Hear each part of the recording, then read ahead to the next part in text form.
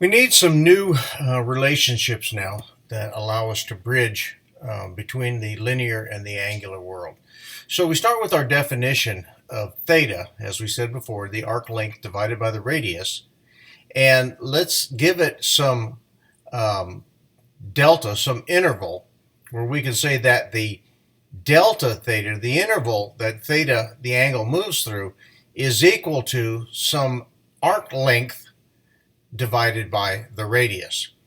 And if we take that delta theta and divide it by an increment of time, an interval, now we can factor out 1 over r and multiply it by the s, the arc length, the change in the arc length over the change in time.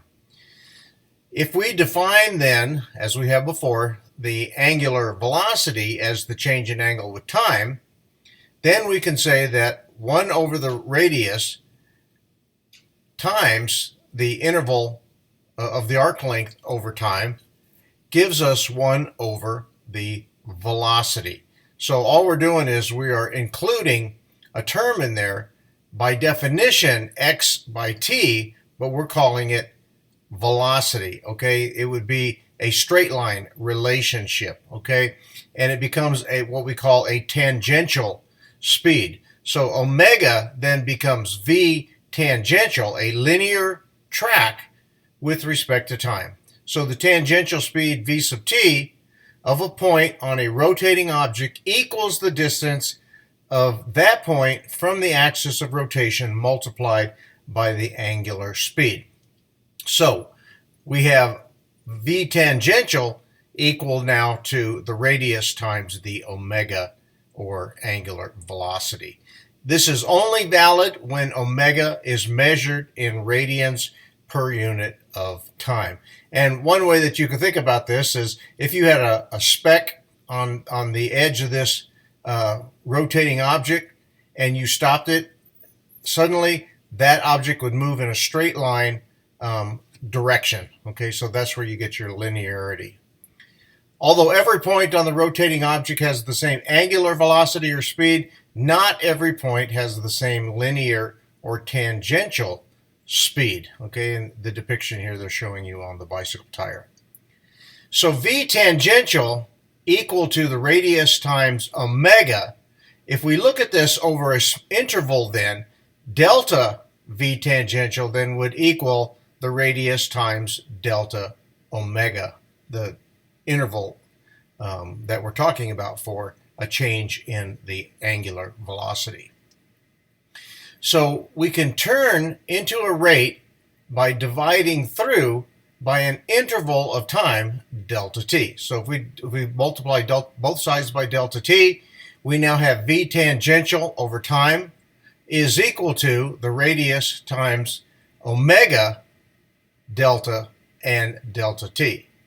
You'll recall that the acceleration then is the change in velocity, in this case tangential, divided by the interval of time. And alpha is the change in angular velocity over an interval of time. So now we have developed an angular, or an acceleration tangential, which is equal to the radius times the angular acceleration. So the tangential acceleration of a point on a rotating object equals the distance of that point from the radius of rotation multiplied by the acceleration. We're going to see where this thinking is going to come into play once we start defining the centripetal forces and acceleration, because the speed becomes center directed. So we can define centripetal acceleration as center-seeking acceleration. It's looking back toward the center of the rotating object. So if we consider the defining equation for average acceleration, the change in velocity, final minus initial, over an interval of time, time final minus initial, now we have a delta velocity with respect to time as a definition for our acceleration centripetal. So note that the average acceleration depends on the change in the velocity vector. So on the edge, you have that velocity vector changing and aligning itself with a tangential. Acceleration can be produced by a change in magnitude of the velocity or by a change in the direction of the velocity. And so we can see that with these two graphics here. If we look at taking just a slice of distance here and our velocity initial in each case. So the ratio of the sides of delta S and R are equal to the ratio formed by the velocities delta V and V, where V initial and V final then are as indicated on the graphs here. So if we tighten up the angle here, you can see we start actually moving to an instantaneous, and we have V final and V initial actually start to overlay each other. They become very, very, very, very close. So if we let the time approach zero, then delta S and delta theta also start to compress and move toward zero. So the idea behind this is we're looking at creating a snapshot in time. So if we look at the relationships here just by creating ratios of the sides, delta V by V would equal delta S by R. Move our terms around so that we can solve for delta V by moving the velocity to the other side of the relationship here, so that now we have the acceleration, then delta V by delta T, the interval of time, V over R, delta S by delta T, gives us now a new relationship for acceleration as velocity times velocity divided by the radius, or the centripetal acceleration then becomes V squared, because these two have started to lay on top of each other, V squared over R.